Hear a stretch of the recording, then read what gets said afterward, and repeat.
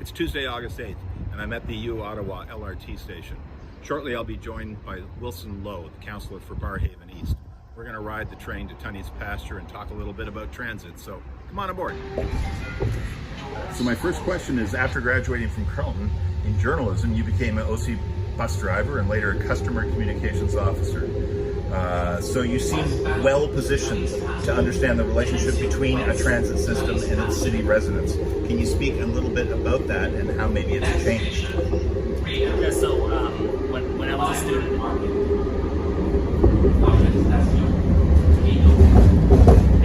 was a student, when I was a student at Carleton, I was a full-time public transit user, and there I got to kind of learn the challenges of commuting using transit exclusively. And then when I got into working as a bus operator, that was when I kind of learned more behind the scenes of how things really work. Like when there's a delay, when your bus is late, when your bus is canceled, how exactly that happened, and that this wasn't because the bus driver decided to go on a whim, take a break or something, right? So sometimes there are a lot of things out of the transit system's control, out of the bus driver's control, that can cause a bus to be whatever. But have you seen things get worse in terms of customer and the relationship between the city and its transit? I think the relationship between the city and its transit certainly was better when I started. There was a drive to kind of really save costs that really got hammered in right around the time that I started. I don't know if it's coincidental or if it's been going on before I started, but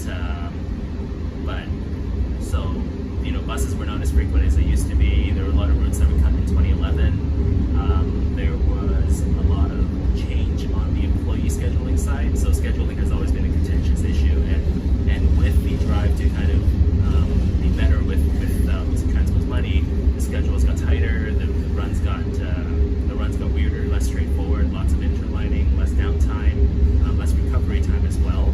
So if you're late on one route, you're definitely late on the next one. So it plays into how it affects the ridership's relationship with the system as well. Okay. We'll wait for another station for the next question. Okay. Thanks. But I'm still going to keep running this. Okay.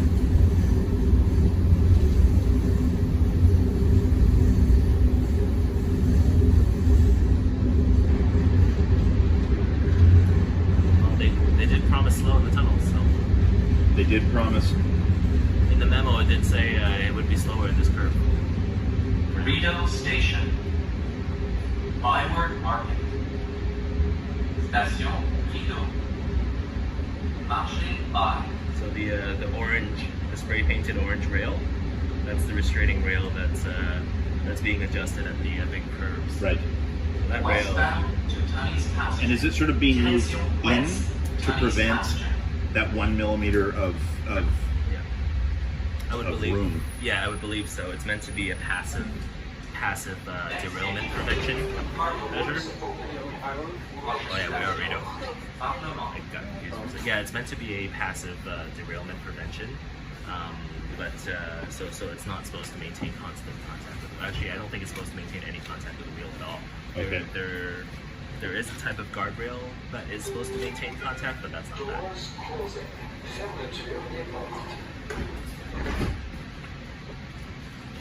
So you read the LRT Commission report, Yes. and my next question is, in your opinion, why do we have such a bad LRT system?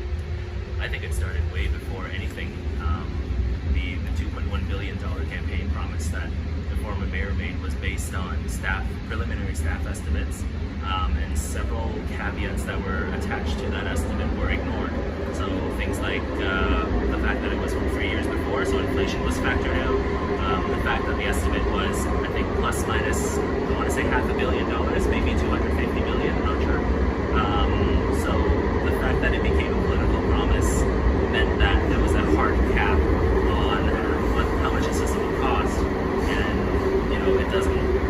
It was a very preliminary estimate based on, I think, I don't know how much expertise, but very little expertise for sure, and it's led to several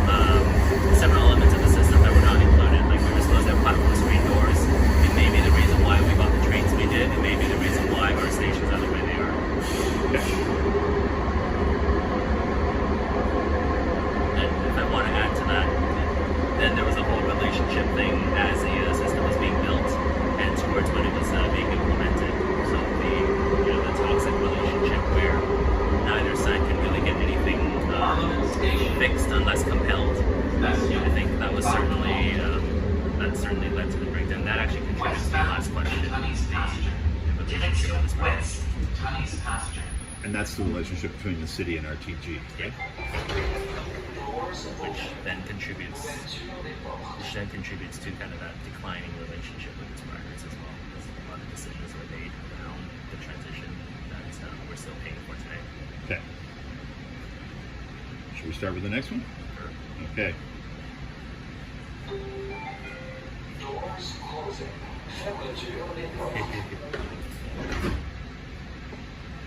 Do you think the fixes that are underway, sending the carriage to France, all the things that are underway now, will they bring functionality and reliability, or does more Next need to be station. done? Lion. Prochaine station. Lion. More needs to be done and more will be done for sure. So RTG and Ulster have agreed to shoulder the cost of redesigning the axle bearing assembly completely. Right, so that's going to be a permanent fix, but that's not going to come for 1.5 to 2 years. So in the meantime, this new safety regime that they're undertaking, where the assemblies get replaced every 60,000 kilometers, as well as all of that in-depth investigation and analysis and all that data that they have now, I think it'll go a long way towards keeping it safe until that permanent solution is implemented. So that riders can at least be comforted that they should have running trains. Yes, absolutely. And the fact that we had that human intervention to stop the service is, I think, part of that safety system. Okay.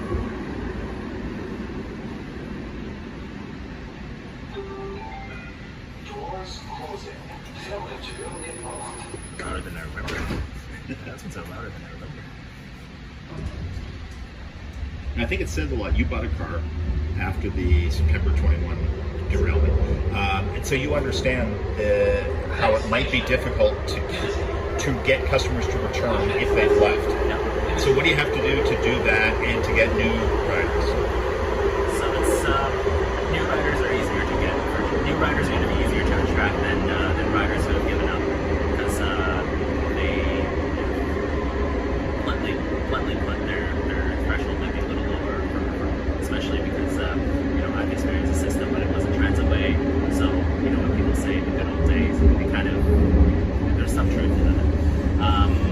It's going to take a long time to restore that rider trust. It's going to take a very long time to restore that confidence that was really shaky in the first place before this latest shutdown. So you got to find that permanent fix, has to be implemented, and then I think service has to run for it very well for a very long time before that confidence and trust is back, and it's very possibly generational as well. So Wow. it could be because my experience now can kind of tell from if I have kids like saying, oh, taking trains is going to take you triple the time, or taking it 4 times the time that it takes to drive to wherever, right? So we kind of carry that experience and give it to the next generation, or our friends, or new residents in the city, right? Tennessee Station. It'll take a long time for sure. Station. Tennessee. Westbound to Tunney's pasture. Direction ouest. Tunney's pasture. That's all coming through. I love the white noise. So it's yeah. Doors opening. Ouverture des portes.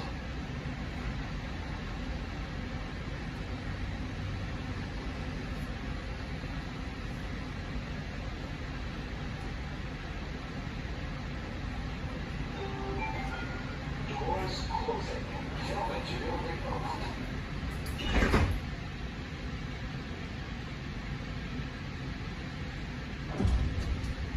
When you were running for election, fixing transit was one of the things you wanted to do, and it's not just LRT. So what else needs to be Next done? station. Bayview. Prochaine station. Bayview. Our bus network has to improve. It's not just the mainline bus network again. Our bus network also has to improve, especially local service within the suburbs, within any community. Actually, you have to be able to get around your own community, from home to shopping, and to pick your kids up to daycare, for example, on transit. The focus can't just be on the downtown core as it is right now. that's part of my that was part of my platform as well, to kind of make sure our services were kind of matched this new reality where we actually really need to go most of the time. And that's become a bigger thing with the work from home Absolutely. regime. Absolutely. It's also, yes, it's become more difficult to plan, but we have to embrace this reality now, right? I don't think I think it's pretty safe to say that at least for a long time it won't go back to what it was like before 2020. So we just have to embrace it and plan around it so that it's a service that people can use. Westbound to Tunney's passenger. Direction ouest, Tunney's passenger. Doors opening. Ouverture des portes.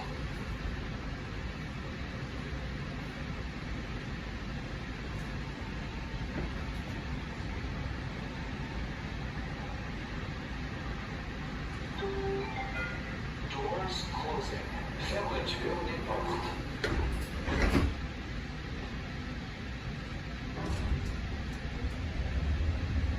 So as a former driver and a counselor, and I think as a journalism graduate, you have a very unique look on. So as a former driver and a counselor, and I think as a journalism graduate, you have a very unique look on things. And I'm wondering, what things would you like residents to know that maybe they don't know? In terms of this right now, Yeah, in terms of transit. I think specific to this closure, a lot of it's things have been communicated a lot better than they were in the past. With the current management, a lot of the information that's been shared with the public wasn't shared in the past. So councillors were kept in the dark. Most councillors were kept in the dark. A lot of the public was also kept in the dark. And part of my role at OC Transport before also included the customer service side on Twitter. So that was very painful because we got the information, but we weren't allowed to share a lot of it. A lot of the information was, we had to sanitize it, we had to make it simply good. So there's that. Plus the accountability that just wasn't there before is there now. The fact that Ms. Ilkar is able to say we're not offering a good service is, strides better than what the last management would have ever done. Is there anything else? Excuse me. Anything else people might consider that they didn't know? Should we get off? Are we getting off? Do we have to? Tunney's passenger. Okay. It's crowded. Wow, that's fun. Dernier arrêt. No, I think we're open. I don't know. I'm sure I'll think of something eventually. Okay. As we go. That's a good question, actually. There's not much that's missing. I mean, it'll same messaging as usual. Like the fixes. We found the fix. The relationship between the fact that the relationship has been kind of reset between the city and the RTG probably led us to RTG and Alstom agreeing to pay for the new axle redesign. I honestly think had we not settled that notice of dispute, 2 notices of dispute, we would have just been continuing down the same patchwork that we've been doing so far.